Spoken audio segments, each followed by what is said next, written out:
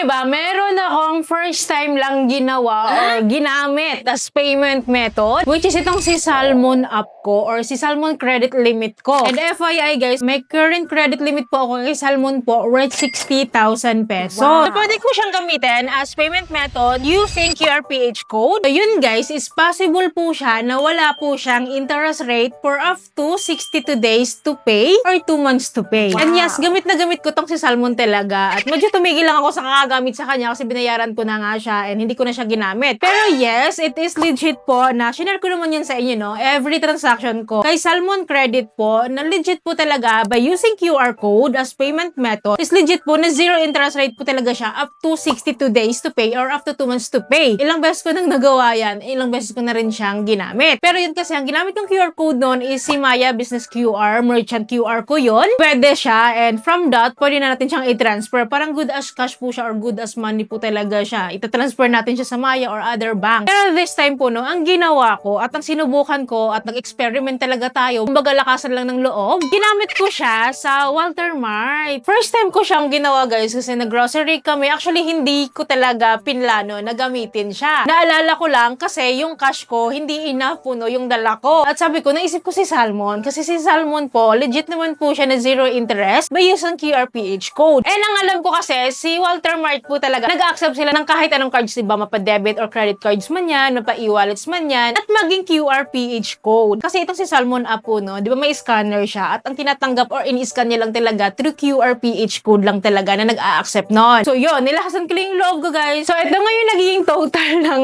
aking naipamili dito sa Walter Mart. And of course, no, tinanong ko muna, tips ko pala sa inyo, before trying po, no, magtanong muna kayo sa cashier kung may QRPH code po sila. Kasi doon po kasi natin i-scan. Bago kayo mag-punch dyan, no, lalong-lalo na wala kayong cash dala. Pero tips ko rin po sa inyo, no, dapat may cash po talaga kayo as backup payment. Kasi minsan po nag-error, di ba? Minsan may mga system error sila or at the moment hindi sila nag-a-accept ng mga ganong payment muna. So itatanong nyo bago kayo lumusob kasi baka mamaya wala kayong cash payment dala and then yun nga, i-punch na. So dapat po, no, ready rin kayo. Kasi ako nga po, no, nagtanong ako agad talaga. Sabi ko sa cashier kung nag-a-accept ba sila, kung gumagamit ba sila ng QRPH code. So nakita ko rin naman doon na may QRPH code po sila doon. So sabi ko safe ito. Pero tinanong ko pa rin and yes, nag-a-accept po sila. Yun nga po, no, so kung paano ko siya ginawa, of course, na i-open natin si Salmon app. And then dito sa baba, di ba, may nakalagay QR Pay, di ba? So yun lang yung i-click natin. Mag-i-scan agad siya. I-scan lang natin yung code na binigay sa atin. Nakatotal na pala doon yung ating babayaran. So hindi na natin kailangan mag-enter ng amount. So tinotal na nila. So ipapunch na lang natin. And then yun na guys, successful na agad-agad tayo. Napakadali lang actually. Talagang itatapat mo lang yung QR mo, okay na. Parang ganun na siya. So ayun nga po. Masaya masaya all the time kasi yes, working siya. At least na-try ko siya mismo at walang nagiging problema. Smooth yung transaction. And I believe po, no, parang mostly naman po, no, sa mga supermarkets po ngayon, lalo sa mga department store at saka sa mga malls, is nag-accept po sila ng QRPH code. So, madali na lang po sa atin talaga. Well, tips ko lang din sa inyo, huwag yung sasabihin na magbabayad kayo through Salmon Credit. Kasi yung ibang mga cashier po, hindi nila alam yun. Yung iba po, hindi sila oriented doon or hindi sila familiar. Sabihin nyo lang po na nag-accept po ba kayo ng QRPH code, alam na nila yon. Hindi mo na kailangan banggitin si Salmon kasi yung iba po, hindi sila oriented talaga. Pero QRPH code, oriented na oriented sila dyan. Well, nabanggit ko nga sa inyo kanina na parang halos lahat naman po ngayon, lalo na sa mall or supermarket, sa mga department store, nag-accept po sila niyan ng QRPH code. And ito na nga, tinry ko rin siya sa dining kasi alam ko rin, di ba, nag-accept naman sila ng mga debit credit card dyan or mga e-wallet dyan, di ba? Nag-accept din po sila ng QRPH code. And of course po, itatanong nyo pa din muna bago kayo lumusob ulit kasi baka mamaya nag-expect kayo na magagamit nyo pero yun pala hindi sila nag-accept or nagkaroon ng error that time. Kaya dapat itanong muna ha, yun talaga ang key dito, itanong natin talaga muna. Well, ito na rin po, no, may credit limit pa tayong natira. Ang maganda dito kay Salmon Credit, no, as long as meron tayong credit limit, pwede natin siyang gamitin as payment method. So, hindi po siya na-freeze, no? Hindi po siya one-time use lang. So, as long as may credit limit, we can use. Well, ito na nga po, after that, kumain kami sa Kenny Rogers, ang sabi ko na naman, try ko nga dito kung tatanggapin si Salmon Credit. Bago pa nga yan, tinanong ko muna kung may QRPH code po sila at nag-accept po sila noon. Sabi ng cashier, yes, nag-accept sila. Yun din yung ginamit ko. So, paano ulit gagawin? I-open si Salmon app and then click lang natin yung QR page dyan sa baba and then mag-i-scan lang po yan. Then agad-agad makakaltasan agad tayo. So, diba, ang lakas niya maka-credit card talaga. At magre-record din po agad-agad yon dito. So, makikita agad natin na yung payment na yun ginamit natin sa Kenny Rogers, na yung payment na yun ginamit natin sa Walter Mart. Magre-reflect po siya dito. Wala po tayong makikitang loan details dito kasi hindi ko pa naman po cut off. Every 21st of the month po kasi ang cut off ko. So, tamang-tama lang po yung pag-avail ko neto kasi ma-avail ko yung 2 months billing cycle po nito and sa pang 2 months pa po ako magbabayad dito. And then ito ang maganda, 0 interest rate po siya at legit po yun. Wala po kong babayarang interest rate kapag QR payment po yung ginawa ko or ginamit ko. Hindi ko agad-agad siya babayaran next month, guys. By August pa po ako magbabayad dito of 21st of the month. Di ba ang buong ganon? Wala na siyang interest. And then, ang dali pa siyang gamitin. And then, matagal pa tayong magbabayad. And by the way, guys, sa mga magtatanong po dyan, etong si Salmon Credit po, pwede po siyang ma-convert sa cash at legal pong ginagawa yon. At ginawa ko rin po yan noon. So, just like for example po, no, dito guys, meron kasi ako natitirang 54,000 plus, di ba, na credit limit. So, kung gusto nyo i-cash siya, so pwede naman, pwede tayong mag-transfer po sa ating e-wallet at bank account. Kaya lang guys, meron lang po siyang fee po or charge po na hinihingi worth 99 pesos in every transaction. Standard po siya. For example, mangungutang ako dito ng 50,000 lang. Meron silang hihingiin ng 99 pesos. Pero don't worry guys, hindi naman po siya ikakaltas. Idadagdag na lang po siya sa ating billing kapag magbabayad na po tayong monthly. Buo pa rin po natin siyang matatanggap or matatransfer. And for you to have an idea, no, ang balita ko kasi dito, iba-iba tayo ng interest rate. Depende tayo sa assessment. Parang ganun siya, no? Kasi sa akin po noon, nung ginawa ko siya, nag-cash transfer po ako sa aking GCash wallet. So, yun nga, no, binigyan nila ako ng interest rate of 12% for 2 months to pay yon. So, lumalabas na 6% monthly lang po ako doon. And for me, I find it okay na din. Kaysa naman sa mga olas dyan, di ba, sa mga loan apps dyan na napakataas ng interest rate, then 7 days to pay lang. At least ito legit naman, at wala talaga ako nagiging issue dito. Isa din si Salmon Credit din sa maaasahan ko, mapa-cash transfer man, at mapa-QR pay man. Ang laking bagay nito, no? As in, sobrang laking bagay po nito. Well, by the way po, if ever po pala na dumating na yung due date natin at hindi natin siya kayang bayaran, meron po siyang in-offer po na minimum amount due, and usually nasa 500 pesos yung minimum amount due. So, monthly po yun. After a month, kung hindi mo pa rin kayang bayaran, magmi-minimum amount due ka ulit. So, another 500 na naman yun. So, yun, madadagdag lang siya, pero syempre, andun pa rin yung pinaka-principal mo at yung pinaka-interest rates mo. Parang lalaki lang din yung interest rate mo pa minimum